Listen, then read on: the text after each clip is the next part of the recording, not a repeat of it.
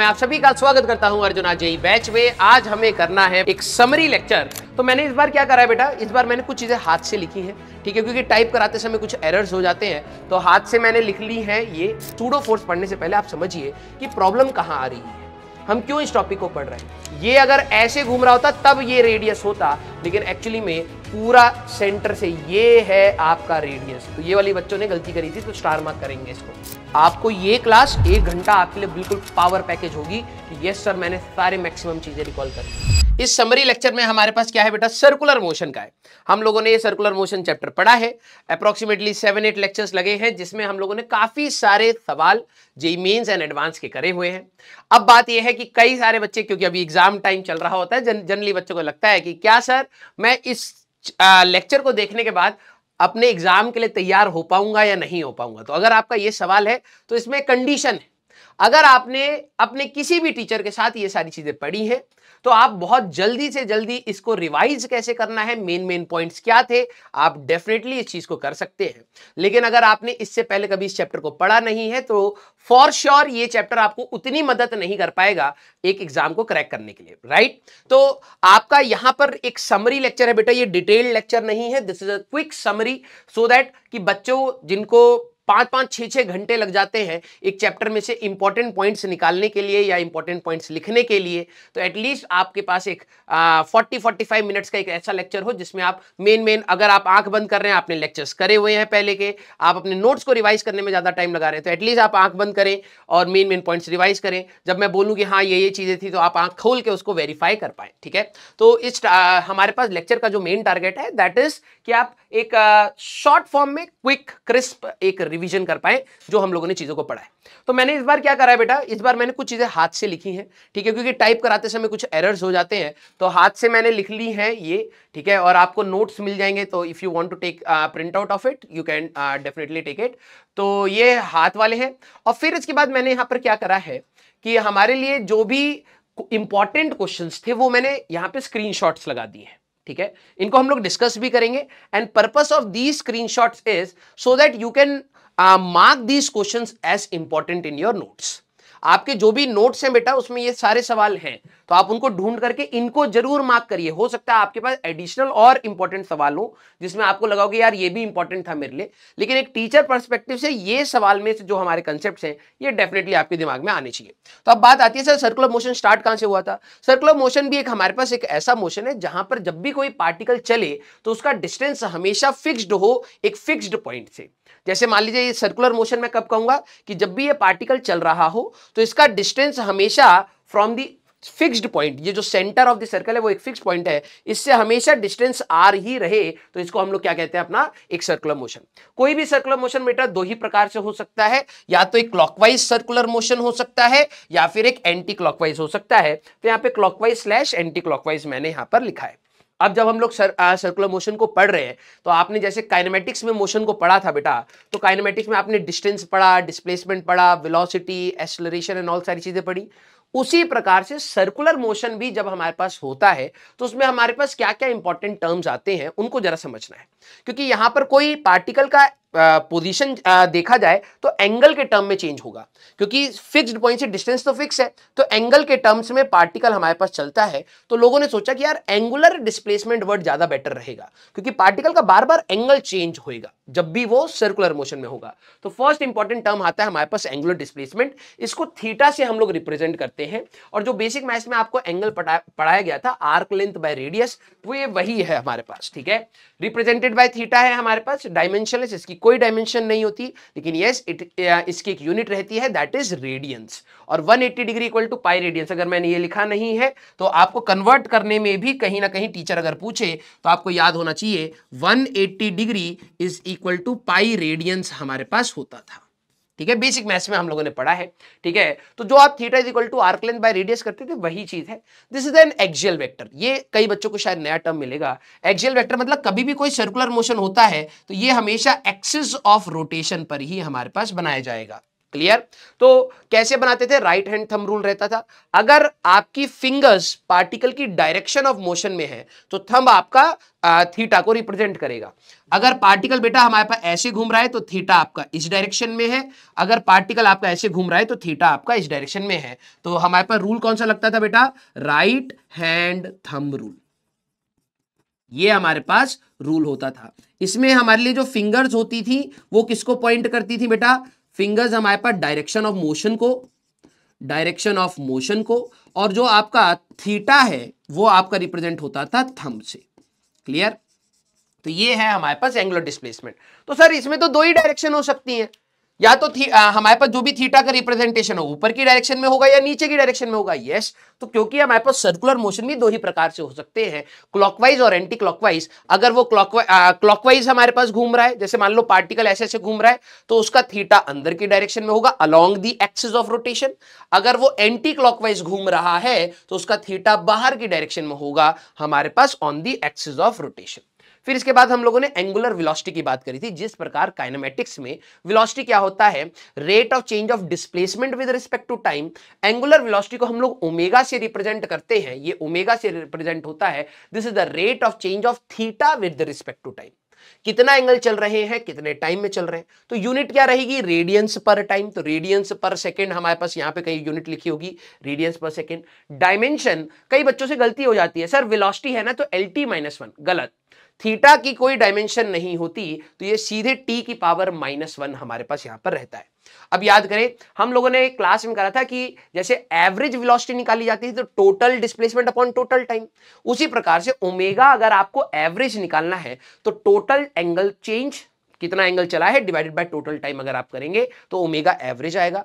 अगर omega instantaneous निकालना है तो क्लास में आपको बताया गया था बेटा कि थीटा को टाइम के रिस्पेक्ट में डिफरेंशिएट करिए, D theta by D T निकालिए और टाइम की वैल्यू रख दीजिए तो इंस्टेंटेनियस ओमेगा मिलेगा। It's similar to instantaneous velocity. अगर आपको x as a function of time दिया जाता था, जैसे मान लीजिए x की वैल्यू आपके लिए 2t² है, तो आप वेलोसिटी कैसे निकालते थे? आप कहते थे सर dx बाई dt करके निकालते थे, तो सर ये 4t आएगा। मैंने कहा t की वैल्यू 0 पर वेलोसिटी, सर 0, t की वैल्यू 1 पर, सर 4, t की वैल्यू 2 पर, सर 8। उसी प्रकार से x की जगह यहां पर थीटा हो जाएगा। अगर मेरे को वेलोसिटी चाहिए तो मैं यहां पे d थीटा बाई dt करूंगा तो मेरे को ओमेगा बेसिकली मिलेगा। क्लियर है क्या? तो हमारे पास ये वाली चीज क्लास में बताई। फिर मैंने आपको बताया था कि एक टर्म जेईई मेंस के आपको सवाल दिखाए थे जहां पे आरपीएम और आरपीएस वर्ड भी रहता है। कई बच्चों को रेवोल्यूशंस पर मिनट से लगता है कि यार कितना घूमा पर सेकेंड तो या पर मिनट, तो ये तो ओमेगा होगा। बिल्कुल गलत। RPM and RPS were the unit of frequency, कितने number of oscillations per unit time होते हैं, this is called frequency. Frequency is 1 upon time period, है ना। जो फ्रीक्वेंसी आपने 9वीं क्लास में या 10वीं क्लास में आपने पढ़ा होगा, फ्रीक्वेंसी की वैल्यू होती है 1 अपॉन टाइम। इसको आप हर्ट्ज भी कहते हैं। इसकी और भी यूनिट होती है, कितने रेवोल्यूशंस पर मिनट हुए या कितने रेवोल्यूशंस पर सेकंड हुए, ये भी फ्रीक्वेंसी की यूनिट होती है। तो अगर आपको सवाल में आरपीएम दे रखा है 60 आरपीएम, 120 आरपीएम, तो सबसे पहले आप आरपीएस में कन्वर्ट करते थे, आरपीएस इज आरपीएम बाय 60, और जैसे आपको आरपीएस निकलता था ओमेगा आप निकालते थे 2 पाई न्यू से। जिस प्रकार से हमारे पास एंगुलर डिस्प्लेसमेंट एक एक्सियल वेक्टर था, this is also an axial vector, ये एक्सिस ऑफ रोटेशन पर ही लगता है। सर रूल क्या रहेगा? रूल वही है हमारे पास, राइट हैंड थंब रूल। ठीक है, राइट हैंड थंब रूल। तो इसमें क्या था, अगर पार्टिकल आपका देखिए ऐसे घूम रहा है तो आप अपने फिंगर्स को इस तरीके से घुमाएंगे तो पार्टिकल का ओमेगा आप किधर बनाएंगे? On the axis of rotation. हाँ सर। अगर पार्टिकल आपका ऐसे घूम रहा है तो ओमेगा आपका कहां पर बनेगा? नीचे, on the axis of rotation like this. ठीक है। फिर इसके बाद हम लोगों ने पढ़ा था बेटा angular acceleration, the rate of change of omega with respect to time. अगर किसी की वेलोसिटी समय के साथ वेरी कर रही है तो आप कह रहे होते हो कि भाई एक्सेलरेट कर रखा है ना। उसी प्रकार से सर्कुलर मोशन ऐसे थोड़ा कि आराम आराम से चल रहा है, कई बार पंखा चलाते हो तो तेज होता है, कई बार धीरे होता है, तो यहां पर भी स्पीड चेंज हो रही है ना। उसी प्रकार से हमारे पास एंगुलर एक्सेलरेशन होता है rate of change of omega with respect to time. अगर आपको कोई सवाल में ओमेगा दे रखा है 2t² + 3t, तो पूछे अल्फा बताओ, तो ओमेगा मतलब वेलोसिटी, अल्फा मतलब एक्सेलरेशन। ठीक है, बस एंगल के टर्म में बात हो रही है। तो आप कैसे लिखाएंगे? D omega by d t, rate of change of omega with respect to time. बेटा जब भी रेट ऑफ चेंज होता था तो क्लास में क्या बताया था? डिफरेंशिएशन करना है है ना, तो आप इसका डिफरेंशिएशन करेंगे तो 4t + 3 आया। किसी भी समय पर पूछूंगा टाइम की वैल्यू डालोगे, तो इंस्टेंटेनियस अल्फा कैसे निकालते हैं, आप ओमेगा को डिफरेंशिएट करेंगे विद रिस्पेक्ट टू टाइम और समय डाल देंगे। सर ओमेगा एवरेज कैसे निकालूंगा, मान लो उन्होंने कहा ओमेगा अल्फा एवरेज बताइए टी की वैल्यू 0 से टी की वैल्यू 2 तक, तो मैं कहूंगा this is ω2 - ω1 divide by T2 - T1। Class में सारी चीजें फॉर्मूले से करवाई गई हैं क्वेश्चन के थ्रू, ठीक है। तो t की वैल्यू 0 डालोगे तो ओमेगा मिलेगा, t की वैल्यू 2 डालोगे तो ओमेगा मिलेगा, वैल्यू डालो आंसर निकालो, बस सीधी सी बात। तो it is also an axial vector, इसकी यूनिट क्या रहेगी, रेडियन पर सेकंड का स्क्वायर, और डायमेंशन रहेगा t की पावर -2। बेटा हाँ, कई बच्चों को मैंने क्लास में बताया भी था, ठीक है। बच्चे पूछ रहे थे इसकी डायरेक्शन कैसे आएगी, डायरेक्शन मैंने कहा था रोटेशन तक वेट करना, हम लोग रोटेशन में जब टॉर्क की बात करेंगे तो टॉर्क से डायरेक्शन मिलेगी। काइनेमेटिक्स में ये बात बताई थी अगर वेलोसिटी और एक्सेलरेशन सेम डायरेक्शन में तो पार्टिकल स्पीड अप करता है, उसी प्रकार से अगर ओमेगा और अल्फा दोनों ही एक्सियल वेक्टर हैं, अगर एक्सिस पर सेम डायरेक्शन में होंगे तो पार्टिकल स्पीड अप करेगा, और ओमेगा और अल्फा अगर अपोजिट डायरेक्शन में हुए on the axis of rotation तो ये स्लो डाउन करेगा। अब हमारे पास there was a very important relation. देखो भाई अगर किसी का, ध्यान समझो, ये पार्टिकल सर्कुलर मोशन में घूम रहा है तो क्या इसका रेडियस जो है वो रोटेट कर रहा है, हाँ सर। अगर पार्टिकल का रेडियस रोटेट कर रहा है तो क्या एंगल चला, हाँ सर। एंगल समय के साथ वेरी कर रहा है, हाँ सर। तो क्या ओमेगा है, यस। अगर किसी भी पार्टिकल का अगर ओमेगा है तो मैंने बताया था उसके पास वेलोसिटी होगी ही होगी, वो चल रहा होगा, यस। तो there is a relation between, जब भी पार्टिकल चल रहा है तो इसका ये v और रेडियस कितना एंगल बना रहा है कितने टाइम में, इन दोनों के बीच में रिलेशन था v = ω×r। याद करिए डिटर्मिनेंट मेथड से हम लोगों ने सॉल्व करा था। जब भी आप डिटर्मिनेंट बनाते हैं सबसे पहले ओमेगा के XYZ कंपोनेंट रखोगे, फिर रेडियस वेक्टर के XYZ कंपोनेंट रखोगे, और क्रॉस प्रोडक्ट में कैसे डिटर्मिनेंट सॉल्व करते थे वैसे ही आपको यहां पर सॉल्व करना है।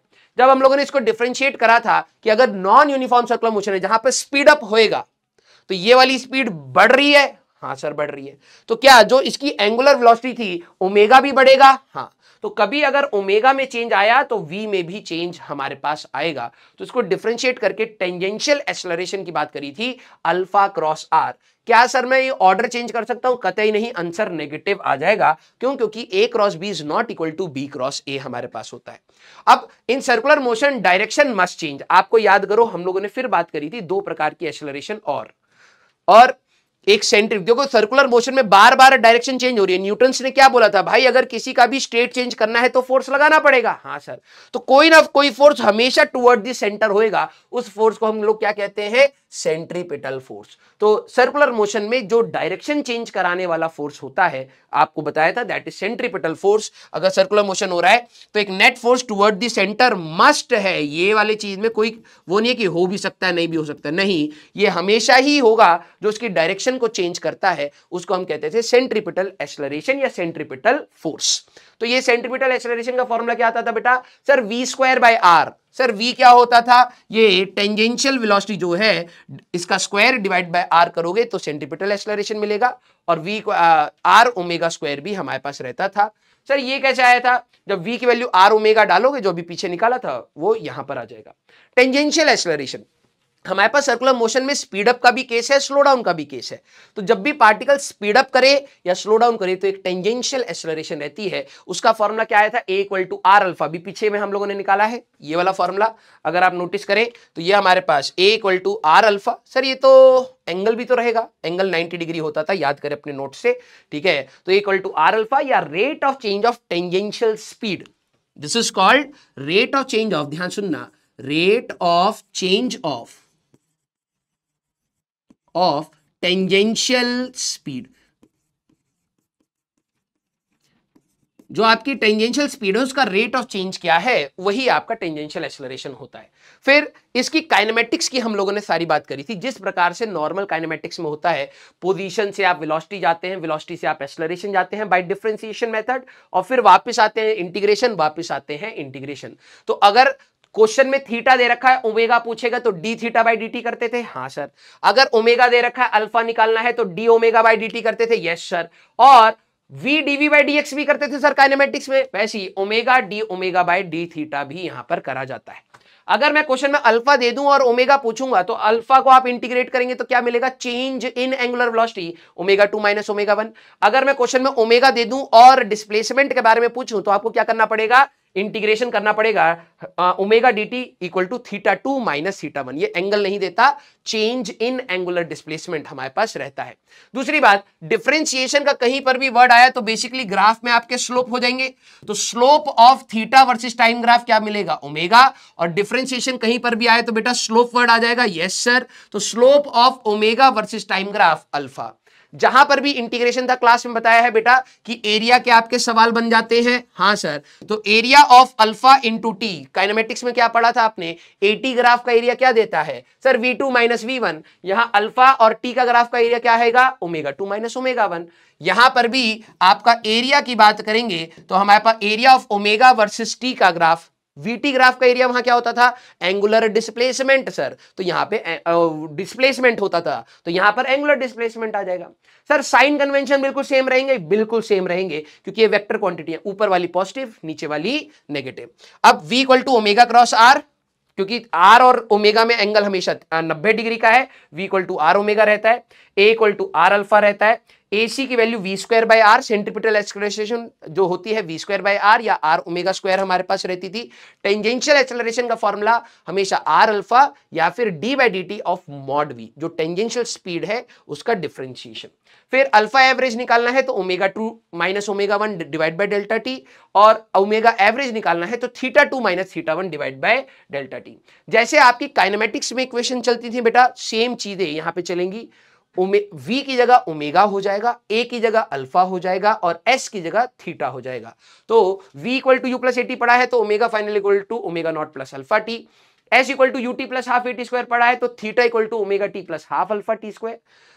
We square minus u square equal to 2s पढ़ा है तो ओमेगा फाइनल का स्क्वायर माइनस ओमेगा नॉट का square equal to 2 alpha theta. Sir displacement in nth second हम लोगों ने पढ़ा है, यस। तो वो था u plus a by 2 into 2n minus 1, तो ओमेगा नॉट प्लस 2 बाय हमारे पास alpha by 2 into 2n minus 1। याद करें ये इक्वेशंस कब लगाने के लिए मैंने आपको बोली थी, जब भी आपका एक्सेलरेशन कांस्टेंट होता था तभी आपकी काइनेमेटिक्स की इक्वेशन वैलिड थी। तो फिजिक्स में सर्कुलर मोशन जब बात आएगी, अगर आपका अल्फा कांस्टेंट है तब आप ये सारी चीजें डेफिनेटली लगा सकते हैं। आरपीएस आरपीएम का रिलेशन है, slope and area concept same as that of kinematics. फिर हम लोगों ने बात करी थी यार हमारे पास सर्कुलर मोशन दो प्रकार के थे, एक यूनिफॉर्म सर्कुलर मोशन और एक non uniform circular motion. Class को याद करें और वो सारे छोटे छोटे कंसेप्ट्स को याद करें। मैंने कहा था जब भी आप पंखे को ऑन करते हैं तो पंखा स्पीड अप करना स्टार्ट करता है, तो जब भी पार्टिकल की ओमेगा समय के साथ वेरी करे या v टाइम के साथ वेरी करे, v क्या था टेंजेंशियल, अगर ये वाली जो स्पीड है ये समय के साथ वेरी कर रही है तब भी नॉन यूनिफॉर्म हुआ, भले ही बढ़े या घटे, बढ़ भी रहा है तब भी नॉन यूनिफॉर्म, या फिर से धीरे हो रहा है तब भी non uniform. v and omega याद करना, हमारे पास v एंड ओमेगा अगर फंक्शन ऑफ टाइम दिख गए तो ये आपका क्या होगा, नॉन यूनिफॉर्म सर्कुलर मोशन, और v और ओमेगा अगर आपको कांस्टेंट मिल जाए तो यूनिफॉर्म सर्कुलर मोशन। क्लियर। यहां पर आपका a tangential is equal to 0, जो टेंजेंशियल स्पीड है ये कभी चेंज नहीं करती है, 2 मीटर पर सेकंड 2 मीटर पर सेकंड 2 मीटर पर सेकंड 2 मीटर पर सेकंड से ही चल रहा है, this is uniform circular motion. जब आप एक पंखे को ऑन करते हैं तो स्पीड पकड़ता है, मैक्सिमम होता है, उस पर चलता रहता है। तो पहले वो नॉन यूनिफॉर्म सर्कुलर मोशन में था, फिर यूनिफॉर्म सर्कुलर मोशन में आया। जब आप पंखे को स्विच ऑफ कर देते हैं तो वो धीरे होना स्टार्ट होता है, तो रिटार्ड हो रहा है, रुक रहा है, that is also a non uniform circular motion. तो यूनिफॉर्म सर्कुलर मोशन में आपकी स्पीड, टेंजेंशियल स्पीड हमेशा कांस्टेंट रहेगी, टेंजेंशियल एक्सेलरेशन आपका होता नहीं, अल्फा की वैल्यू हमारे पास 0 रहेगी। हमारे पास ओमेगा और v दोनों ही हमारे पास कांस्टेंट है, v मतलब स्पीड की बात कर रहा हूं। सेंट्रीपिटल एक्सेलरेशन हमेशा होती है। कुछ बच्चे सोचते हैं सर यूनिफॉर्म सर्कुलर मोशन में एक्सेलरेशन नहीं होगा, अरे पगले, कोई भी सर्कुलर मोशन है उसमें डायरेक्शन तो चेंज होगी, हाँ सर, फोर्स तो लगेगा, हाँ सर। तो एक एक्सेलरेशन सेंट्रीपिटल वाली v स्क्वायर बाय r बोलो या r ओमेगा स्क्वायर हमेशा बोलो, वो हमेशा रहेगी, और नेट एक्सेलरेशन इसकी हमेशा सेंट्रीपिटल के बराबर होती थी। Non uniform circular motion speed up हो रही हो या स्लो डाउन हो रहा हो, दैट मींस v और ओमेगा हमेशा टाइम का फंक्शन आपको दिखेगा सवालों में, ठीक है। उसमें आपका टेंजेंशियल एक्सेलरेशन रहेगा, r अल्फा बोलो या फिर d by dt of mod v बोलो। अगर क्वेश्चन में ओमेगा दे रखा है तो आप डिफरेंशिएट करके r अल्फा टेंजेंशियल एक्सेलरेशन निकालेंगे। सर अगर v दे रखा है तो इसको डिफरेंशिएट करके आप टेंजेंशियल एक्सेलरेशन निकालेंगे। हर सर्कुलर मोशन में सेंट्रीपिटल एक्सेलरेशन तो होगा ही होगा, क्योंकि डायरेक्शन चेंज की बात है, तो v स्क्वायर बाय r बोलो या r ओमेगा स्क्वायर बोलो, वो तो होगा ही। इसमें net acceleration is not towards the centre, class में बताया था। नॉन यूनिफॉर्म सर्कुलर मोशन में सेंट्रीपिटल एक्सेलरेशन है ही, अगर आप देखें तो एक सेंट्रीपिटल एक्सेलरेशन होती ही है और एक टेंजेंशियल एक्सेलरेशन भी होती है। तो इसका जो नेट एक्सेलरेशन आपको मिलता है वो इन दोनों का रिजल्टेंट मिलता था at स्क्वायर प्लस acc का स्क्वायर हमारे पास। इसके बाद जब हम लोग सर्कुलर डायनेमिक्स में आए थे बेटा, तो सर्कुलर डायनेमिक्स में हम लोगों ने कहा था कि कभी भी अगर आपका कोई भी पार्टिकल सर्कुलर मोशन में चल रहा है, पहले आप फ्री बॉडी डायग्राम बनाएं, फिर आप ढूंढें उसका सेंटर कि वो किस सेंटर के अबाउट घूम रहा है। यस, फिर आप अपने सारे फोर्सेस को कैसे रिजॉल्व करते हैं, अलोंग द रेडियस, एक सेंट्रीपिटल की इक्वेशन बनती है, और अलोंग द टेंजेंट। मन मर्जी रिजोल्यूशन करोगे, सवाल गलत होंगे, फिर आपको लगेगा यार पता नहीं मेरे आंसर क्यों नहीं आते, टीचर के आंसर क्यों आते हैं। तो स्टार्टिंग में आप सभी लोग बहुत ज्यादा गलतियां कर रहे थे, लेकिन आखिरी तक आते आते आप लोग ये चीज समझ गए थे कि सारे फोर्सेस को कैसे रिजॉल्व करना है, रेडियस के अलोंग और टेंजेंट के अलोंग। मैंने एक बहुत क्लासिक एग्जांपल दिया था जिसमें बच्चों ने 1:1 का रेशियो दिया था कि यार एक बॉल है, थीटा एंगल पर था, मैं अगर पहले टेंशन की बात करूंगा तो आपने फ्री बॉडी डायग्राम बनाया होगा, तो यहां पर आपका टी आया, यहां पर आपका mg आया, मैंने कहा ये इक्विलिब्रियम है। हाँ सर, तो मैंने कहा ये थीटा है, तो यहां पर थीटा है, तुमने कहा यस, तो t1 cos थीटा यहां पर आएगा। हाँ सर, मैंने कहा t1 cos थीटा mg के बराबर होगा। हाँ सर, क्योंकि ये ऊपर नीचे आगे पीछे कहीं नहीं जा रहा है। यस सर, तो पहली रिलेशन आई t1 is equal to mg by cos theta. कहां से आई थी, जब आपने t1 cos थीटा और mg को इक्वेट करा। याद करें, ये इक्विलिब्रियम की कंडीशन से हम लोगों ने निकाला। फिर हमारा सवाल था कि इस स्ट्रिंग को हमने काट दिया है। हाँ सर, फिर ये स्विंग करके दूसरी साइड जाएगा थीटा एंगल पर। हाँ, तो यहां पर सर टेंशन T, यहां पर mg।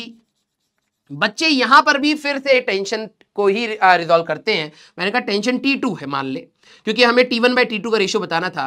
मैंने कहा इस बार बेटा ये सर्कुलर आर्क के मोशन पे है, भले ही उस समय रुका हुआ है, लेकिन mg को रिजॉल्व करना पड़ेगा, क्योंकि ये सर्कुलर ट्रैक की बात आ गई है। तो यहां थीटा है, यहां थीटा है, तो mg cos थीटा और mg sin थीटा।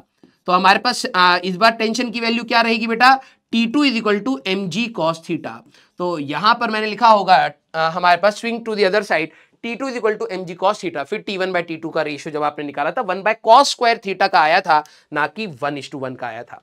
फिर जब हम लोगों ने ये चीज सीख ली थी कि भाई कभी भी अगर आपका एक सर्कुलर मोशन में पार्टिकल चल रहा है और अगर आपको उसकी इक्वेशन लिखनी है, तो आप सभी लोग क्या करेंगे, सबसे पहले उसका फ्री बॉडी डायग्राम बनाएंगे, फिर सेंटर ढूंढेंगे कि भाई ये इस सेंटर के अबाउट घूमा। देखना हमारे पास यहाँ पे फ्री बॉडी डायग्राम बनाएंगे, सेंटर ये था, हमारे पास बेंडिंग ऑफ साइक्लिस्ट सेंटर ये था, turning of the car centre ये था, banking of the aeroplane centre यहां था। तो हम लोग किसको रिजॉल्व करते हैं, सारे फोर्सेस को हम लोग लेके आएंगे along the radius and along the tangent, और net force along the centre that is mv square by r, और net force along the tangent is mr alpha. ये लिखा है, ठीक है। अब सबसे पहले हम लोगों ने पढ़ा था कोनिकल पेंडुलम। एक होता है सिंपल पेंडुलम और एक होता है कोनिकल पेंडुलम। अगर ये कोन के फॉर्म में जा रहा है तो हम लोगों ने यहां पर क्या बनाया था बेटा, एक mg बनाया था। हाँ सर, और यहां पर सर टेंशन था T और ये है एंगल थीटा। किसको रिजॉल्व करेंगे, सेंटर देखो यहां पर है, तो आपको रिजॉल्व करना पड़ेगा। देखो mg को इधर रिजॉल्व करके करोगे mg cos 90 0, तो mg को रिजॉल्व नहीं करोगे। आप कहोगे सर यहां पर आएगा T cos थीटा, मैंने कहा यस। सर यहां पर आएगा T sin थीटा, मैंने कहा यस।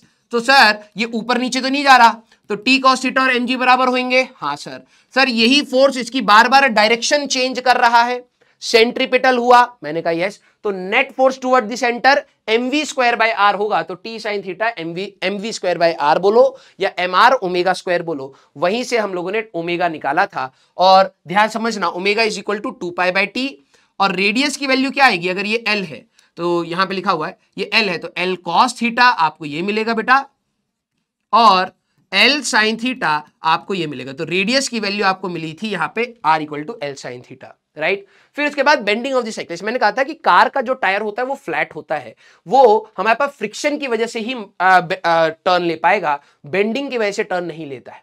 लेकिन जो साइकिल का टायर होता है वो हमारे पास राउंड होता है, तो वो जब जमीन के साथ कांटेक्ट आता है तो वहां पर थोड़ा सा फ्लैट टाइप का होता है। जब आप साइकिल में टर्न ले रहे होते हैं तो एक्चुअली में जो आपका टायर है वो कहीं से पिचक जाता है, पिचक रहा होता है। तो उससे नॉर्मल रिएक्शन आपका ऐसे आता है, वजन आपका किधर है, इधर। जब भी आप टर्न ले रहे हैं तो सेंटर आया यहां, तो किसको रिजॉल्व करना चाहिए, mg तो इसके परपेंडिकुलर है, तो mg cos 90 विल बी 0। आप नॉर्मल को रिजॉल्व करेंगे तो यहां आएगा बेटा आपका n cos थीटा और यहां पर आपका आएगा n sin थीटा। हो गया सवाल। ये दोनों बराबर कर दो बेटा, n cos थीटा mg के बराबर, क्योंकि ऊपर नीचे नहीं जाएगा, और n sin थीटा सेंट्रीपिटल का काम कर रहा है, mv square by r। Ratio लोगे tan theta equal to v square by rg, आपको रिलेशन मिल जाता है। अब turning off a car on a level road, कभी भी कार एक लेवल रोड पर जब टर्न कर रही होती है तो बिना फ्रिक्शन के ये टर्न नहीं कर सकती। तो जब भी ये कार टर्न करेगी तो इसकी टेंडेंसी कहां थी, बाहर जाने की, गाड़ी फिसल के बाहर चली जाएगी, और फ्रिक्शन कहां लगेगा, अंदर। तो इसका नॉर्मल रिएक्शन की वैल्यू किसके बराबर होगी, mg, और ये जो फ्रिक्शन है यही इसका क्या काम करेगा, सेंट्रीपिटल। अगर कार स्लिप ना करे तो ये फ्रिक्शन कितना होना चाहिए, मैक्सिमम से कम होना चाहिए। तो फ्रिक्शन जो भी आपका स्टैटिक है, स्टैटिक क्योंकि फिसलन नहीं हुई है। कई बच्चे सोचते हैं कि सर गाड़ी तो चल रही तो काइनेटिक होना चाहिए, दोनों सरफेसिस के बीच में देख क्या वहां पर फिसलन हुई, नहीं हुई। तो स्टैटिक फ्रिक्शन मैक्सिमम फ्रिक्शन से कम होना चाहिए। तो स्टैटिक फ्रिक्शन ही आपका centripetal mv square by r का काम कर रहा है, और मैक्सिमम फ्रिक्शन है μs टाइम्स नॉर्मल रिएक्शन, और नॉर्मल रिएक्शन की वैल्यू आएगी इस बार mg। तो हमारे पास velocity should be less than और इक्वल टू μs rg, ये फॉर्मूला निकाला था। फिर मैंने कहा था जैसे बेंडिंग ऑफ साइकिलिस्ट है वैसी बेंडिंग ऑफ एरोप्लेन है। जब भी एरोप्लेन हमारे पास चल रहा होता है तो वजन तो नीचे रहता है, हाँ सर, तो इसको ऊपर कौन रख रहा है, एक एरोडायनेमिक लिफ्ट। हवा में जब एरोप्लेन जाता है तो हवा उसके ऊपर एक फोर्स लगाती है। मैंने आपको क्लास में एग्जांपल दिया था, कभी कभार आप स्कूटी या साइकिल बहुत तेजी से चलाने की कोशिश करते हो तो आपको स्कूटी और साइकिल हल्की लगने लगती है, क्योंकि हवा आपको एक अपथ्रस्ट देती है, ऊपर की डायरेक्शन में फोर्स लगाना स्टार्ट कर देती है। वैसे ही एरोप्लेन को ऐसे डिजाइन किया जाता है कि उस पर एक अपथ्रस्ट हमारे पास रहे। तो जब ये एरोप्लेन टर्न करता है तो वजन नीचे है, अपथ्रस्ट ऊपर है, तो टर्न कैसे करेगा, एक फोर्स तो चाहिए टुवर्ड्स दी सेंटर। तो वो क्या करता है, बैंक कर जाता है, वो टेढ़ा हो जाता है। तो एरोप्लेन जैसी टेढ़ा होता है तो इसका लिफ्ट भी, जो एरो हवा की वजह से जो फोर्स आ रहा है वो इधर हो जाता है, वजन नीचे है। तो यहां पर जो नॉर्मल रिएक्शन कर रहा था वो एरोडायनेमिक लिफ्ट करती है, हवा की वजह से फोर्स होता है। तो वही फॉर्मूला आपको यहां पर मिल जाता है। फिर हम लोगों ने बैंकिंग ऑफ हम लोगों ने कहा था रोड्स, ठीक है। बैंकिंग ऑफ रोड कहने का मतलब होता है कि जब हमारे पास हाईवेज होते हैं वहां पर गाड़ियों की स्पीड ज्यादा होती है। देखो किसी भी चीज को टर्न कराने के लिए एक फोर्स तो चाहिए इसे टुवर्ड द सेंटर। तो होता क्या है कि जब गाड़ियों की स्पीड ज्यादा है तो टर्न करने के लिए हम लोग रोड्स को थोड़ा सा एंगल पे वो कर देते हैं, बेंड कर देते हैं। This angle is called banking angle, ठीक है। हम लोगों ने वीडियो के थ्रू आराम आराम से चीजों को पढ़ा था। मैंने कहा था इसका वजन नीचे है, नॉर्मल रिएक्शन इधर है, ये आर ट्रैक, इसका सेंटर हमारे पास यहां कहीं होगा, जमीन पर नहीं, यहां कहीं होगा, तो रेडियस है हमारे पास आर। अब हमने सबसे पहले निकाला था वी मैक्स, कि क्लास के नोट्स को खोल के रखिएगा। मैक्सिमम वेलोसिटी, मैंने कहा था अगर गाड़ी बहुत तेजी से अगर टर्न करेगी तो गाड़ी बाहर की डायरेक्शन में फिसल सकती है। तो मैक्सिमम वेलोसिटी में फ्रिक्शन कहां लग रहा होगा, नीचे की डायरेक्शन में, along the surface, FS max. अब आप सारे फोर्सेस को क्या करते हैं, रिजॉल्व करते हैं किस डायरेक्शन में, along the radius and tangent. देखो ये तो खुद ही टेंजेंट है, तो N cos theta N sine theta, तो N cos theta N sine theta. Friction की बात करोगे तो ये थीटा है, तो ये वाला एंगल थीटा हुआ, तो F cos theta F sine theta. ये दोनों फोर्स आपस में बराबर होने चाहिए क्योंकि गाड़ी ऊपर नीचे मूव नहीं कर रही है। तो एन कॉस थीटा की value mg plus F sine theta रख दिया, और ये वाला फोर्स आपका सेंट्रीपिटल बनेगा, तो ये वाला force is equal to mv square by r। Normal reaction उठा करके दूसरे में रखो, सॉल्व करो, v मैक्स आएगा। मैंने कहा था अगर गाड़ी धीरे धीरे बैंक रोड पर चल रही है तो धीरे चलने पर गाड़ी नीचे गिर सकती है, तब फ्रिक्शन कहां लगेगा, ऊपर की डायरेक्शन में। तो अगर आपने v मैक्स निकाल लिया है तो v minimum on the bank road निकालना है, तो म्यू की जगह माइनस म्यू रख दीजिए, आपका आंसर आ जाएगा। सर ये इससे होता क्या था, म्यू की जगह माइनस म्यू रखोगे डायरेक्शन चेंज हो जाएगी, और कुछ नहीं है, मिनिमम केस आ जाएगा। और बैंक रोड का फायदा यह है कि अगर मान लो बारिश वारिश हो रही है, फ्रिक्शन है नहीं, तब भी आप आराम से, एक वेलोसिटी आ रही है, आप आराम से अपनी गाड़ी को टर्न करा सकते हैं यूजिंग नॉर्मल रिएक्शन। फिर लास्ट टॉपिक हम लोगों ने पढ़ा था बेटा सूडो फोर्स के बारे में। फिर हम लोग कुछ अपने इंपॉर्टेंट क्वेश्चंस की बात करेंगे। याद करिए मैंने कहा था सबसे पहले कि सूडो फोर्स पढ़ने से पहले आप समझिए कि प्रॉब्लम कहां आ रही है। हम क्यों इस टॉपिक को पढ़ रहे हैं? मैंने कहा था ऑब्जर्वर दो प्रकार के होते हैं हमारे पास। देखो, फ्रेम ऑफ रेफरेंस कहें या ऑब्जर्वर कहें, बात एक ही है। हमारे लिए ऑब्जर्वर दो प्रकार के होते हैं, एक होते हैं इनर्शियल फ्रेम, एक होते हैं non inertial frame. Inertial frame वो होते हैं या तो ऑब्जर्वर आपका रेस्ट पर हो स्लैश कांस्टेंट वेलोसिटी से चल रहा हो, उसी को हम लोग क्या कहते हैं, इनर्शियल फ्रेम। और नॉन इनर्शियल फ्रेम क्या होते हैं? एक ऐसे ऑब्जर्वर जो हमारे पास एक्सेलरेटेड हो। मतलब मान लो तुम कोई चीज को देख रहे हो, तुम ऑब्जर्वर हो, लेकिन तुम खुद एक्सेलरेटेड थे, तो तुम्हें कहा जाएगा नॉन इनर्शियल फ्रेम। अगर मान लो तुम किसी चीज को देख रहे हो, तुम ऑब्जर्वर हो, तुम रुके हुए हो, रेस्ट पर हो, तो तुम्हारा नाम इनर्शियल फ्रेम। या कांस्टेंट वेलोसिटी से जा रहे हो किसी भी डायरेक्शन में, तो तुम हुए इनर्शियल फ्रेम। क्लियर? प्रॉब्लम यह थी कि इनर्शियल फ्रेम वालों को लॉज ऑफ मोशन में कोई पंगा नहीं दिखता है। मैंने एक एग्जांपल लिया था कि आप नहाने के समय एक टब है, टब में पानी है और उसके अंदर एक मग है। अगर आप टब को पकड़ करके खींचने की कोशिश करते हैं तो एक्चुअली में मग आपके पास नहीं आता। क्यों? क्योंकि न्यूटन ने कहा था जिस पर आप फोर्स लगाओगे उसी का स्टेट चेंज होगा। तो आपने टब पर फोर्स लगाया, टब को खींचा तो टब मूव करा, मग आपको लगता है दूर चला गया, है ना? अगर आप देखें तो कोई बंदा बाहर से अगर चीजों को देख रहा है, वो कहेगा हाँ यार तूने टब पर फोर्स लगाया, टब चल गया, मग पे नहीं लगाया, मग नहीं चला। न्यूटन ने यही बात बोली थी, तो वो तो बिल्कुल सही है।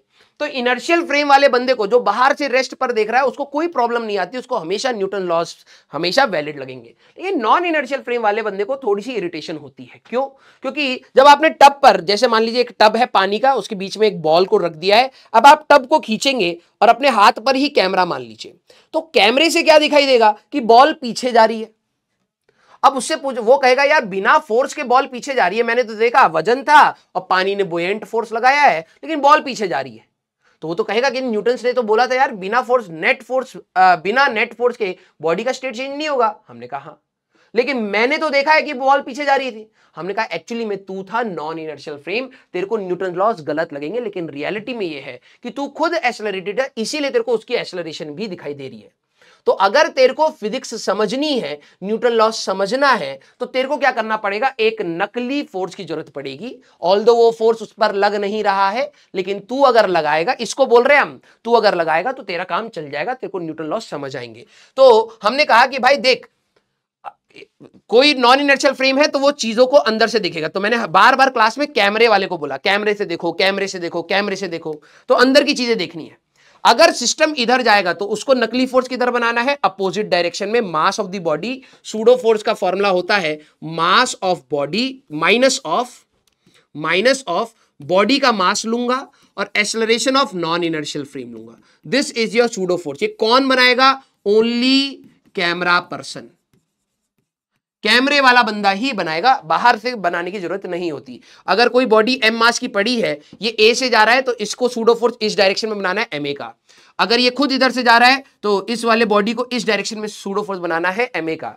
अगर ये नीचे जाएगा तो सूडो फोर्स बनाओगे ऊपर, अगर ये ऊपर जाएगा तो सूडो फोर्स बनाओगे नीचे, अगर ये किसी एंगल पर जाएगा तो सूडो फोर्स बनाओगे ऐसे। तो हमारे पास direction of pseudo force is always opposite of NIF। अगर सिस्टम इधर जा रहा है तो सूडो फोर्स अंदर बनाऊंगा, मेरे वर्ड को सुनना, सूडो फोर्स सिस्टम के अंदर अपोजिट बनाऊंगा। अगर ये ऊपर जा रहा है नीचे बनाऊंगा, नीचे जा रहा है ऊपर बनाऊंगा, ऐसे हमारे पास सूडो फोर्स रहता है। ठीक है? तो एलिवेटर प्रॉब्लम्स हम लोगों ने करी थी इसी के बाद, कि अगर कोई व्यक्ति लिफ्ट में है और लिफ्ट अगर एक्सेलरेट कर रही है, कांस्टेंट रेस्ट पर है लिफ्ट या कांस्टेंट वेलोसिटी पर है, तो कोई पंगा ही नहीं है, सेम रीडिंग आती थी, नॉर्मल रिएक्शन, हमारे पास वेइंग मशीन सेम रीडिंग देती थी। लेकिन अगर लिफ्ट ऊपर जा रही है तो सूडो फोर्स कहां बनेगा? नीचे। तो उस व्यक्ति की अगर आप बात करो तो mg तो था ही, हाँ सर, और एक सूडो फोर्स ma और आ जाएगा, हाँ सर। तो जो नॉर्मल रिएक्शन आएगा वो m इंटू जी प्लस ए आएगा। तो रीडिंग ऑफ वेइंग मशीन बढ़ जाती थी तो जी इफेक्टिव जी प्लस ए हो जाता है। तो कैमरे वाला बंदा जी की जगह जी प्लस ए लगा ले तो काम बन जाएगा। This was your g effective. अगर लिफ्ट हमारे पास नीचे जा रही है ए एक्सेलरेशन से, तो सूडो फोर्स कहां बनेगा? ऊपर बनेगा। तो जी इफेक्टिव आती थी जी माइनस ए, और मैंने कहा अगर ए की वैल्यू जी हो गई, लिफ्ट का केबल टूट गया तो लिफ्ट फ्रीली फॉलिंग होगी, हाँ सर। तो जी इफेक्टिव आ गया 0, तो रीडिंग ऑफ वेइंग मशीन 0 आ जाएगी। वेइंग मशीन कुछ भी शो नहीं करती। मैंने आपको एग्जांपल दिया था, अगर आपके हाथ में किताब है और आप छत से कूद जाते हैं तो आपको वजन फील नहीं होगा, क्योंकि आप भी जी से जा रहे हैं, वो भी जी से जा रहा है। नॉर्मल रिएक्शन 0 होगा। नॉर्मल रिएक्शन 0 हुआ तो आपको लगेगा यार कोई भी कॉन्टैक्ट नहीं नहीं बना रहा है तो रीडिंग नहीं आएगी, सीधी सी बात। अगर एक एचसी वर्मा का हम लोगों ने सवाल करा था बेटा कि जो वो 12 मीटर पर सेकंड स्क्वायर से जा रही थी, तो मैंने कहा था ब्लॉक उठ जाएगा, ऊपर चला जाएगा, तो मैंने कहा बॉडी मूव्स अप। फिर बात आती है सेंट्रीफ्यूगल फोर्स की। मैंने आपको बताया था कि यार सर्कुलर मोशन को कराने के लिए एक सेंट्रीपिटल फोर्स तो चाहिए ही चाहिए, क्योंकि वही उसकी डायरेक्शन चेंज कराता है। फिर मैंने आपको सन और अर्थ का एग्जांपल दिया था। मैंने कहा अगर मान लो सन है और अर्थ घूम रही है तो आप बोलोगे ग्रेविटेशनल फोर्स, जो ग्रेविटेशनल पुल है वही सेंट्रीपिटल का काम कर रहा है। हाँ, क्योंकि आप इनर्शियल फ्रेम थे, आपने वर्ड क्या यूज किया, सेंट्रीपिटल का। लेकिन अगर मान लो ऑब्जर्वर खुद अर्थ पर है, जैसे आप देखें अर्थ तो रुकी हुई है, क्या सन और अर्थ के बीच में फोर्स है? हाँ, तो अर्थ को तो सन के पास चले जाना चाहिए। सोचो, अगर मैं अर्थ को बात करूं तो मेरे लिए तो रेस्ट पर है। हाँ सर, रेस्ट पर है। मैंने कहा क्या सन और अर्थ के बीच में फोर्स है? हाँ, तो फोर्स की वजह से तो चलते हुए दिखनी चाहिए थी, लेकिन हमें रेस्ट पर क्यों दिख रही है? क्योंकि एक्चुअली में जब अर्थ घूम रही है तो उसके पास क्या एक्सेलरेशन है? हाँ, v square by r, v square by r, v square by r. Uniform circular motion में सेंट्रीपिटल एक्सेलरेशन होती थी v स्क्वायर बाय आर। तो जो भी ऑब्जर्वर अर्थ पर बैठा हुआ है उसको एक, वो तो नॉन इनर्शियल फ्रेम हो गया, तो वो जब भी अपना वो बनाएगा, फ्री बॉडी डायग्राम बनाएगा, तो एक नकली फोर्स बनाएगा अर्थ पर। जैसे कैमरे आप रख लो, कैमरा बिल्कुल अर्थ के पास रख लो, और वो अगर घूमेगा तो उसको अर्थ तो रुकी हुई दिखेगी। वो कहेगा एक ग्रेविटेशनल पुल है, अर्थ सन खींच रहा है। हाँ, लेकिन रुका हुआ क्यों है? तो हम बोलेंगे भैया तुम एक्चुअली में खुद घूम रहे हो, तुम घूम रहे हो, तुम्हारी एक्सेलरेशन है कितनी है, v स्क्वायर बाय आर या फिर आर ओमेगा स्क्वायर। मैंने कहा अगर तेरे को कोई भी चीज समझनी है न्यूटन लॉ से तो एक नकली फोर्स बना बाहर की डायरेक्शन में आर ओमेगा स्क्वायर के साथ। तो एम आर ओमेगा स्क्वायर या m v square by r वो बाहर बनाएगा, एक अर्थ का सेंट्रीपिटल फोर्स वो ग्रेविटेशनल फोर्स रहेगा। अब वो बोलेगा वो दोनों बराबर हैं इसीलिए रुका हुआ है। तो ये जिन्होंने क्लास करी होगी उन्हीं को ये सारे टॉपिक समझ आ रहे होंगे, रिकॉल कर पा रहे होंगे, जिन्होंने नहीं करी होगी उनको लगेगा पता नहीं टीचर बोल क्या रहा है ना। तो ये क्लास वो करने का इंपॉर्टेंस है बेटा हमारे पास। अगर ऑब्जर्वर खुद रोटेटिंग फ्रेम पर है तो वो नॉन इनर्शियल फ्रेम हुआ, क्योंकि उसकी खुद की एक्सेलरेशन है v स्क्वायर बाय आर या आर ओमेगा स्क्वायर होगी। तो उसके फ्रेम में सूडो फोर्स हमें रेडियली आउटवर्ड बनाना पड़ता है, उसी को हम लोग कहते हैं सेंट्रीफ्यूगल फोर्स। सेंट्रीफ्यूगल फोर्स बेटा सर्कुलर मोशन में नहीं लगता है, मैं पहले ही बता रहा हूं। सेंट्रीफ्यूगल फोर्स किसके लिए बनाना पड़ता है? अगर कोई रोटेटिंग बॉडी के ऊपर चच्चा चढ़ गए तो वो खुद नॉन इनर्शियल फ्रेम होंगे, तो उनको बनाना पड़ेगा बाहर की डायरेक्शन में एक सूडो फोर्स। अब बात आती है हमारी क्लास के, अब आपके नोट्स खुल जाने चाहिए, जो भी इंपॉर्टेंट सवाल हैं उनको आप मार्क करेंगे। मैंने आपको सबसे पहले बताया था कि यार omega is equal to d omega by D t, और अल्फा इसी प्रकार से alpha is equal to d omega by D t, है ना। Omega is d theta by D t, alpha is d omega by D t. मैंने कहा था इसको रीड करना सीख जाओ बेटा।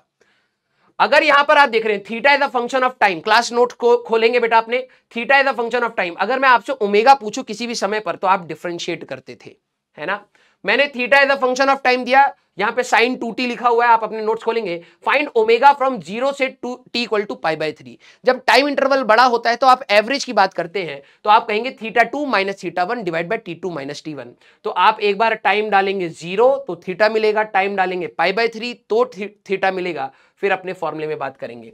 जब हमारे पास डिफरेंशिएशन की बात हो रही है तो स्लोप की बात हो रही है। अगर मैं थीटा और टी का ग्राफ दे दूं और मैं पूछूं भाई ओमेगा बता दो, तो आप स्लोप देख सकते हैं। तो दो ग्राफ दे रखे हैं 1 और 2, एक का एंगल 60, एक का एंगल 30। तो ओमेगा 2 कितना होगा? tan 60, ओमेगा 1 होगा tan 30। अब हमारे पास अगर मान लीजिए मैंने ओमेगा दे दिया आपको, यहां पर मैं ओमेगा दे रहा हूं और थीटा पूछ रहा हूं, तो इंटीग्रेशन करना पड़ता था। तो इस बार सवाल आपको क्लास में दिया था omega is equal to 3t square, find angular displacement in 2 seconds. सीधे थीटा 2 माइनस थीटा 1 बताना है। तो ओमेगा दे रखा है तो d theta is equal to 3t square dt आया। टाइम की लिमिट आप डाल दो 0 से 2 तो थीटा 2 माइनस थीटा 1 आएगा। फिर मैंने आपको बताया कि अगर मैं इंटीग्रेशन कर रहा हूं तो एरिया भी निकाल रहा हूं। तो बेसिकली अगर ओमेगा और टी का ग्राफ, अगर मैं ओमेगा और टी का ग्राफ दे दूं तो theta change in angular position आप आराम से निकाल सकते हैं, या एंगुलर डिस्प्लेसमेंट आप निकाल सकते हैं बाय एरिया अंडर कर्व। ऊपर वाले एरिया को पॉजिटिव, नीचे वाले एरिया को नेगेटिव। ये था हमारे पास। फिर a person is moving in a circular motion of radius इतना v equal to 4t square. सबसे पहले मैंने आपको कहा था अगर स्पीड समय के साथ वेरी कर रही है तो ये नॉन यूनिफॉर्म सर्कुलर मोशन हुआ। नॉन यूनिफॉर्म में सेंट्रीपिटल भी होता है, टेंजेंशियल भी होता है। तो सेंट्रीपिटल कैसे निकालेंगे? v square by r.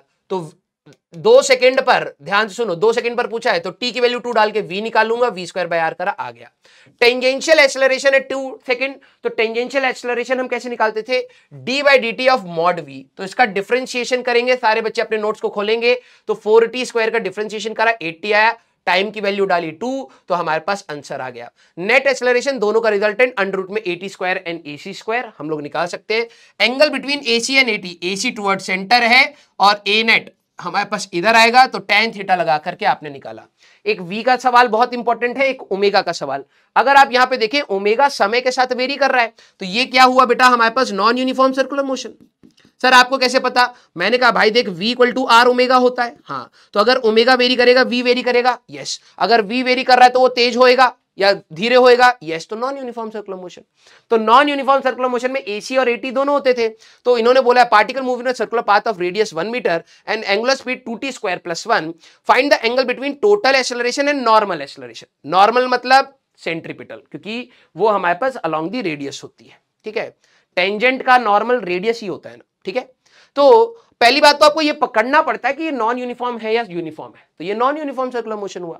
तो हमारे पास ओमेगा के टर्म में दे रखा है, तो सर सेंट्रीपिटल कैसे निकालूंगा, आर ओमेगा का स्क्वायर।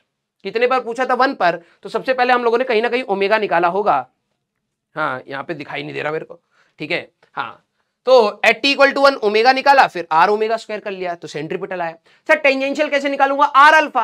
अल्फा को D omega by d T से निकाल सकते हैं, डिफरेंशिएट करा आर अल्फा, और नेट एक्सेलरेशन आप लोगों ने यहां पर निकाल लिया। तो ये 3 क्वेश्चन मार्क करेंगे। फिर दूसरी बात, मैंने आपको कहा था जिस प्रकार से बैंकिंग ऑफ रोड है, एक बाउल वाला प्रॉब्लम बहुत इंपॉर्टेंट है। ओमेगा मैक्स एंड ओमेगा मिन का हम लोगों ने सवाल यहां पर करा था, स्टार मार्क करना, ये सवाल इंपॉर्टेंट था कि मेरे पास एक बाउल है और यहां पर ये फ्रिक्शन है, हमारे पास म्यू दे रखा था, ठीक है। मैं इसको जब घुमाना स्टार्ट करूंगा तो ये ब्लॉक हमारे पास भाग के इधर आ गया, तो हमारे पास मैं कितना ओमेगा मैक्सिमम करूं, मेरा ओमेगा कितना मैक्सिमम हो कि ये यहीं पर रुका रहे, किसी एंगल थीटा पर ये ऐसा रुका रहे। तो मैंने कहा कि आप फ्री बॉडी डायग्राम बनाए, तो इसका mg किधर आया, नीचे आया, इसका नॉर्मल किधर आया, इधर। जब आप ओमेगा मैक्स की बात कर रहे हैं तो इसकी टेंडेंसी कहां होगी, बाहर जाने की। फ्रिक्शन कहां लगेगा, अंदर। अब आप देखना, बच्चों ने गलती करी थी, इसको सेंटर मान लिया था, बेटा ये इस रास्ते पर घूमेगा तो सेंटर हमारे पास ये आएगा। तो फ्रिक्शन का resolution f cos theta f sin theta, हमारे पास नॉर्मल का resolution n cos theta n sin theta. तो नेट फोर्स टुवर्ड सेंटर हमारे पास जो भी था, यहां पर हम लोगों ने इक्वेशन बनाई, देखो यहां पर n sin थीटा और mu n cos theta, n cos theta और mu n sin theta, friction की वैल्यू म्यू n, ठीक है। फिर ये दोनों को बराबर कर लो, ये एक इक्वेशन बनेगी, और net force toward centre mr omega square, तो वहां से ओमेगा मैक्स निकाला। और मैंने कहा कि अगर मान लो फ्रिक्शन नहीं भी होता तो म्यू की वैल्यू 0 डालोगे तब भी आपका एक ब्लॉक एक पोजीशन पर रह सकता है, वो भी सवाल कर सकते हो। कितना ओमेगा मिनिमम करूं, जब आप इसको धीरे धीरे स्लो डाउन करोगे तो ये ब्लॉक नीचे आने की कोशिश करेगा, लेकिन वो अचानक से नहीं आ पाएगा। जैसे आपने ओमेगा कम करा तो ये फ्रिक्शन कम होगा कम होगा कम होगा कम होगा, 0 हो जाएगा, एक ही आया। मैं और कम करूंगा तो इसकी टेंडेंसी नीचे जाने की होगी, हाँ सर, तो नीचे जाने की होगी तो फ्रिक्शन ऊपर लग के रोकने लगेगा रोकने लगेगा रोकने लगेगा। तो अगर आपका ओमेगा मैक्स आ गया है तो म्यू की जगह माइनस म्यू डालेंगे तो ओमेगा मिन भी हमारे पास आ जाएगा। फिर हम लोगों ने ये एक एडवांस का सवाल करा था कि हमारे पास यहाँ पे at the highest point of the track the normal reaction is maximum. कई बच्चों ने तो फ्री बॉडी डायग्राम ही गलत बनाया था कि जो टॉप पॉइंट की अगर आप बात करेंगे तो नॉर्मल रिएक्शन इधर है और mg भी इधर है। अगर आप देखें तो n प्लस mg हमारे पास बना था mv स्क्वायर बाय r, तो नॉर्मल रिएक्शन की इक्वेशन बनी थी बेटा mv square by r minus mg। मैंने कहा जहां रेडियस सबसे कम होगा वहां पर नॉर्मल रिएक्शन सबसे ज्यादा होगा। अब मैंने आपको बताया था एक जो स्ट्रेट लाइन होती है, this is a part of a circle whose radius is infinite. जितना ज्यादा ये देखो, more is the flatness more is the radius, जितना ज्यादा फ्लैट दिखेगा उतना ही ज्यादा रेडियस होगा, जितना ज्यादा शार्प दिखेगा उतना ही स्मॉल रेडियस होगा। तो उस लॉजिक से हम लोगों ने सवाल किया था, रिकॉल जरूर करना है। फिर मैंने आपको एक क्वेश्चन दिया था, alpha is equal to minus k root omega. जो अल्फा है वो वेलोसिटी पर ही डिपेंड कर रही है, तो कितना टाइम लगेगा ये रुकने का, हमारे पास ये था इनिशियली t इक्वल टू 0 पर ये ओमेगा नॉट से घूम रहा है, तो कितने टाइम के बाद ये रेस्ट पर आएगा, ये सवाल था। तो सबसे पहली चीज, क्या सर मैं काइनेमेटिक्स इक्वेशन लगा दूं omega final is equal to omega not plus alpha t? बिल्कुल नहीं, क्योंकि आपका अल्फा ओमेगा के साथ वेरी कर रहा है, आप काइनेमेटिक्स की इक्वेशन नहीं लगा सकते, इसीलिए इस सवाल को स्टार मार्क करिएगा, आपको इंटीग्रेशन से ही जाना पड़ेगा। तो हमारे पास अल्फा को मैं लिख सकता था d omega by d t और omega d omega by d theta. मुझे समय चाहिए तो मैं इस वाले को ना यूज करके D omega by d T use करूंगा, यहां पर डी टी को ले आऊंगा, ओमेगा को इधर ले आऊंगा, इसको वेरिएबल सेपरेबल कहते हैं। ओमेगा की लिमिट्स क्या रहेंगी, ओमेगा नॉट से 0 हो जाए, ओमेगा नॉट से 0 और टाइम 0 से t इंटीग्रेट करेंगे, you will get your answer. फिर उसके बाद हमारे पास एक जेईई मेंस का सवाल था, ओमेगा और r दे दिया, v पूछ लिया, तो ये था हमारे पास क्रॉस प्रोडक्ट का अप्रोच। मैंने कहा था v equal to r omega generally बच्चा रट लेता है, फिर एग्जाम में जब वेक्टर फॉर्म में दे रखा है तो r क्रॉस ओमेगा कर देता है, वो गलत हो जाता है। तो आपको करना है ओमेगा क्रॉस r। तो पहले डिटर्मिनेंट बनाएंगे i माइनस जे के, पहले ओमेगा के पैरामीटर्स रखेंगे 3 माइनस 4 1, 3 माइनस 4 1, 5 माइनस 6 6, और फिर क्रॉस करके इसको सॉल्व ना करना, जैसे डिटर्मिनेंट में बताया वो आपको v देगा। फिर इसके बाद हमारे पास एक जेईई एडवांस का सवाल था बेटा, हमारे पास पावर से रिलेटेड। मैंने कहा कि कभी भी इसमें हमें दे रखा था सेंट्रीपिटल एक्सेलरेशन के स्क्वायर आर टी स्क्वायर। अगर आप नजर मारें टाइम के साथ सेंट्रीपिटल एक्सेलरेशन चेंज हो रही है, हाँ सर। सेंट्रीपिटल एक्सेलरेशन का formula v square by r, मतलब v चेंज हो रहा है, हाँ sir. Non uniform circular motion हुआ, हाँ sir. Non uniform circular motion में एक सेंट्रीपिटल फोर्स होता था टुवर्ड सेंटर, यस। वेलोसिटी इधर, क्या पावर आएगा, नहीं। तो कौन पावर देगा, टेंजेंशियल फोर्स। तो सबसे पहले हम लोगों ने v स्क्वायर बाय आर करके v निकाला, फिर टेंजेंशियल फोर्स निकाला, फिर टेंजेंशियल एक्सेलरेशन निकाला m dv बाई dt से, फिर टेंजेंशियल फोर्स निकाला, टेंजेंशियल फोर्स आ गया, वेलोसिटी आ गई, power is force dot velocity. JEE advance का आपका ये सवाल था। फिर एक एचसी वर्मा का सॉल्व एग्जांपल हम लोगों ने करा था बेटा, ये पेंडुलम वाला आप लोगों ने गलती करी थी, आपने यहीं से ही सर्कुलर मोशन बना दिया था। मैंने कहा था नहीं बेटा, सेंटर आपका यहां है, तो जो आप पेंडुलम में रिजॉल्व किसको करेंगे, सबसे पहले सर सेंटर यहां है तो टेंशन रिजॉल्व होना चाहिए, तो T cos theta T sine theta, आपने ये करा, यही टी साइन थीटा आपके लिए क्या बनेगा, centripetal m are omega square. अगर आप देखें तो रेडियस की वैल्यू में बच्चों ने गलती करी थी, रेडियस की वैल्यू आएगी एल और ये वाला पार्ट और, ठीक है। तो अगर आप देखें तो यहां पे लिखा हुआ है radius is equal to l plus l sine 30, ये अगर ऐसे घूम रहा होता तब ये रेडियस होता, लेकिन एक्चुअली में पूरा सेंटर से ये है आपका रेडियस। तो ये वाली बच्चों ने गलती करी थी, तो स्टार मार्क करेंगे इसको। फिर इसके बाद मैंने कहा था कि ये लेवल अप सवाल है, ये कई बार इस प्रकार से आया है, अगर आपको एक जनरल इक्वेशन दे दी जाए जैसे y इक्वल टू 4cx का स्क्वायर, ठीक है, हमारे पास यही है, इसका सोल्यूशन आपका यहीं पर है, y इक्वल टू 4cx का स्क्वायर है। तो इन्होंने कहा है द वैल्यू ऑफ ओमेगा, हमने एक वायर को बेंड पैराबोला में बेंड करा, उसमें एक मोती डाल के घुमाना स्टार्ट किया, तो मोती तो ऊपर भागेगा। तो मान लो ये बिल्कुल वही जो बाउल वाला सवाल किया था वो सर्कुलर था, यहां पे पैराबोलिक हो गया। मैं बार बार इक्वेशन चेंज करूंगा, जेईई मेंस में अलग अलग प्रकार के आपको सवाल मिलेंगे, लेकिन ये कई बार रिपीट हुआ है, तो बिल्कुल स्टार मार्क करिएगा। सेम जैसे आपको बाउल वाला केस पढ़ाया था बेटा, यहां पर आप सारे बच्चे जरा देखना, बाउल वाले केस में जो फ्री बॉडी डायग्राम था, नॉर्मल है, एमजी है, फ्रिक्शन है।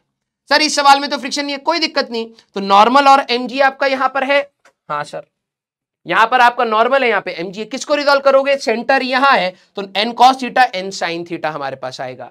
तो एन कॉस थीटा एमजी के बराबर, एन साइन थीटा आपका एम आर ओमेगा स्क्वायर के बराबर।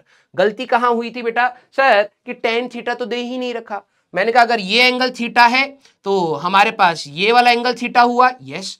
ये 90 माइनस थीटा, ये वाला एंगल थीटा हुआ, यस। मैंने कहा अगर मैं यहाँ टेंजेंट बना दूंगा तो ये एंगल थीटा है। तो कोशिश करना हमेशा जो ये याद रखना, ये थीटा और ये थीटा हमेशा सेम होते हैं, और टेन थीटा आपको यहां पर चाहिए पड़ा। तो मैंने कहा यार जब मेरे को इक्वेशन दे रखी है तो dy बाई dx तो टेन थीटा ही होता है ना। तो आपको यहां पर डिफरेंशिएट करके हम लोगों ने यूज करा था। तो स्लोप ऑफ द कर्व, कभी भी आपको ये क्लास में बोली हुई बातें हैं बेटा कि कभी भी आपको कर्व वाला सवाल मिले दिमाग में एक बार स्लोप जरूर आना चाहिए।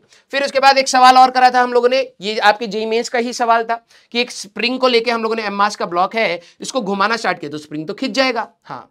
तो एक्स लेंथ हमारे पास खिंच गया, इलॉन्गेशन, तो स्प्रिंग का फोर्स क्या होगा, के एक्स, यही इसका सेंट्रीपिटल का काम करेगा, हाँ। तो हम लोगों ने इक्वेशन बनाई थी बेटा, यहां कहीं दिख रही होगी, के एक्स, यही आपकी जो स्प्रिंग फोर्स है, यही इसके लिए एम आर ओमेगा स्क्वायर का काम करेगा, रेडियस होगा एल प्लस एक्स। तो इक्वेशन बना के सॉल्व कर देना बेटा, तो ये आपका रहेगा। मैं इसको मिटा देता हूं सो दैट आपके ये बाद में क्लैरिटी रहे आपको।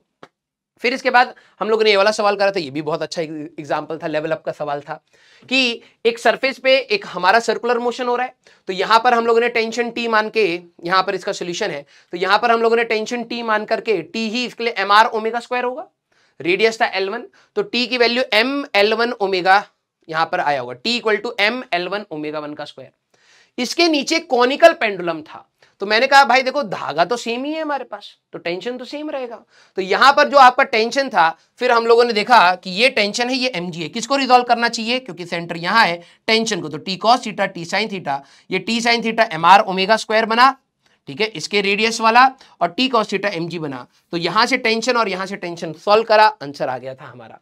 फिर उसके बाद फिर से जेई मेंस का सवाल, इस बार हम लोगों ने ऐसी एक रिंग बना रखी है, इसमें ये बीड है और ये सर ओमेगा से आपने इसको घुमा दिया है, तो जब आप इसको ओमेगा से घुमाएंगे तो ये यहां पे रुका हुआ है, तो वही एंगल थीटा, सेम देखो बाउल वाला सवाल घुमा फिरा के कई बार पूछा था, तो ये वही एंगल थीटा है, नॉर्मल रिएक्शन यहां है, mg यहां है, तो किसको रिजॉल्व करेंगे, सेंटर यहां है तो नॉर्मल को रिजॉल्व करेंगे, mg को नहीं, तो इक्वेशन बना के हम लोगों ने अपना सॉल्व किया था।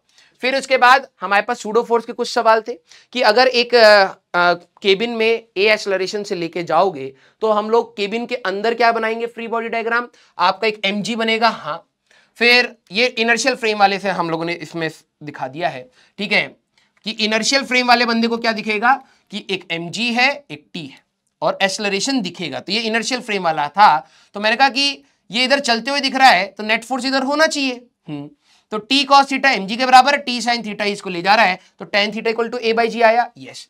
अगर नॉन इनर्शियल फ्रेम वाला बंदा है तो उसका फ्री बॉडी डायग्राम क्या बनाते थे बेटा, एक mg, हाँ सर, एक टेंशन, हाँ सर, ये एंगल थीटा, हाँ सर, ये अगर ए से जा रहा है तो सूडो फोर्स तो इधर बनेगा में, यस।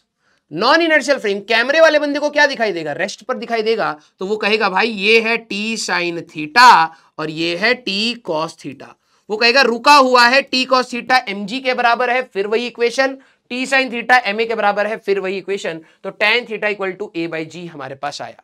फिर हम लोगों ने एक सवाल किया था बेटा कि अगर मान लीजिए मेरे पास एक वेज है, उसके ऊपर ब्लॉक है, HCV का सवाल था, अगर आप इसको a एक्सेलरेशन से लेके जा रहे हैं और ये ब्लॉक फिसल नहीं रहा तो a की वैल्यू हमारे पास क्या होनी चाहिए, तो मैंने कहा यार सिस्टम के अंदर सोचना है, कैमरा ले लो, तो इसका फ्री बॉडी डायग्राम पे नजर मारना, mg नीचे बना रखा है, नॉर्मल इधर बना रखा है, और सूडो फोर्स इसको आप इधर ले जा रहे हैं तो सूडो फोर्स बिल्कुल अपोजिट इधर बना रखा है, क्योंकि ये इस डायरेक्शन में चल नहीं रहा है बेटा, तो आपको किसको रिजॉल्व करना है, इस बार नॉर्मल ऐसे रहेगा, नेट फोर्स इस डायरेक्शन में 0 होना चाहिए, तो mg cos theta mg sin theta लिखा हुआ है, जो आपका सूडो फोर्स है ma cos theta ma sin theta, इन दोनों को बराबर कर दो, ma cos theta equal to mg sin theta, tan theta equal to a by g, फिर से आपको मिलता है। फिर इसमें हम लोगों ने फ्रिक्शन का भी केस किया था, मैंने कहा कि भाई मान लो ये सरफेस रफ है, तो अगर मैं मैक्सिमम और मिनिमम एक्सेलरेशन क्या हो कि ये रुका रहे, जब आप मैक्सिमम एक्सेलरेशन की बात करोगे ब्लॉक पीछे जा सकता है, हाँ सर, तो मैंने कहा फ्रिक्शन कहां लगेगा, नीचे की डायरेक्शन में, तो फ्रिक्शन हम लोगों ने नीचे बनाया है, mg आपका ये है, सूडो फोर्स ये है, नॉर्मल ये है, किसको रिजॉल्व करना चाहिए, क्योंकि ये वेज पर चल नहीं रहा है तो net force along the wedge 0 होना चाहिए, तो मैं mg को रिजॉल्व करूंगा mg cos theta mg sin theta, friction तो यहीं पर है, सूडो फोर्स को रिजॉल्व करूंगा ma cos theta ma sin theta, तो ma cos theta mg sin theta और फ्रिक्शन के बराबर रखा, सॉल्व करा, a max आया, मिनिमम एक्सेलरेशन चाहिए, म्यू की जगह पर माइनस म्यू रख दो, आपका सवाल हो जाएगा। फिर उसके बाद जेई मेंस का एक सवाल करा था बेटा, नोट में ये मार्क कर लेना, एक इक्वेशन दे रखी है y इक्वल टू के एक्स स्क्वायर, आई थिंक यही थी, ठीक है, y इक्वल टू के एक्स स्क्वायर, एक बीड रखी और मैं a एक्सेलरेशन से इसको ले जाना स्टार्ट कर दिया है, तो ये कितना डिस्टेंस x एक्सिस से होगा या y एक्सिस से होगा, ये सवाल था। मैंने कहा ये बात तो वही है, जब आप इसको a एक्सेलरेशन से ले जाओगे इसके ऊपर एक सूडो फोर्स रहेगा, हाँ, तो ये इक्विलिब्रियम में अगर मैं बात करूं तो सूडो फोर्स इधर है, mg इधर है, वायर से नॉर्मल रिएक्शन इधर आएगा, यस सर, तो मैंने कहा कि ये अलोंग द वायर ये नीचे फिसल नहीं पा रहा है, तो net force along this direction 0 होना चाहिए, तो mg का ये वाला component theta mg cos theta mg sin theta, pseudo का ma cos theta ma sin theta, इन दोनों को बराबर करा, आंसर हम लोगों ने निकाला। tan थीटा में अटक जाओगे, tan थीटा इसका डिफरेंशिएशन, जैसे आप यहाँ पे इक्वेशन बना के लेके आए थे तो यहाँ नोट्स में देखना, आपको मैंने कहा था कि dy बाई dx वही tan थीटा से आपको यहाँ पर मदद हो जाएगी, ठीक है। फिर हमारे पास लास्ट हमारे पास ये आया था बेटा कि ओमेगा, इसको ओमेगा से घुमाया था, यही वाला जो क्वेश्चन है y इक्वल टू, ये भी आपका जेई मेंस का अच्छा सवाल था, y equal to x square by a, मैं कितना ओमेगा से घुमाऊं, ओमेगा हमारे पास क्या हो कि ये a, a पर रहे बीड। अब ओमेगा का सवाल है, जब ये घूमेगा तो बेटा ये सर्कुलर मोशन ऐसे होगा, नॉर्मल रिएक्शन इधर है, हाँ सर, mg इधर है, तो हमारे पास किसको रिजॉल्व करोगे, नॉर्मल को, n cos theta n sin theta, तो n cos थीटा वजन के बराबर होना चाहिए, ये रहा, n sin थीटा सेंट्रीपिटल होना चाहिए, ये रहा, तो जैसी रेशियो लिया tan थीटा में अटक गए सर।